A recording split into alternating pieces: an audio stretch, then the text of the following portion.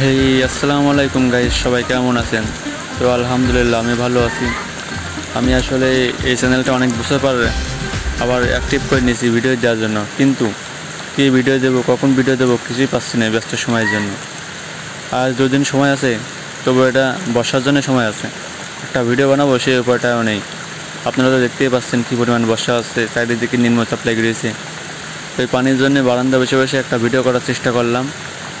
তো আশা করি যদি বর্ষা থামে তাহলে ইনশাল্লাহ আজকে একটা ভিডিও করব এবং খুব শীঘ্রই আজ বা কালকের মধ্যে এটা আপলোড দিয়ে দেবো ইউটিউবে।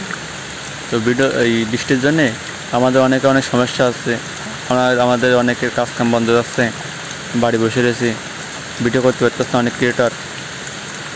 তো বৃষ্টি তো বর্ষাকালে তো বৃষ্টি হবে, এটাই স্বাভাবিক। আর এদিকেই দেখতে পাচ্ছেন যে অন্য প্রাণী যেমন আছে ব্যাঙ, হাঁস, তারপর হচ্ছে এইসব ধরনের প্রাণীগুলো খুব আনন্দ করতেছে। যেমন এই যে দেখতে পাচ্ছেন বাড়ির পাশে রাজা হাঁস, কত আনন্দ করে গোসল করতেছে বৃষ্টিতে ভিজে। আমাদের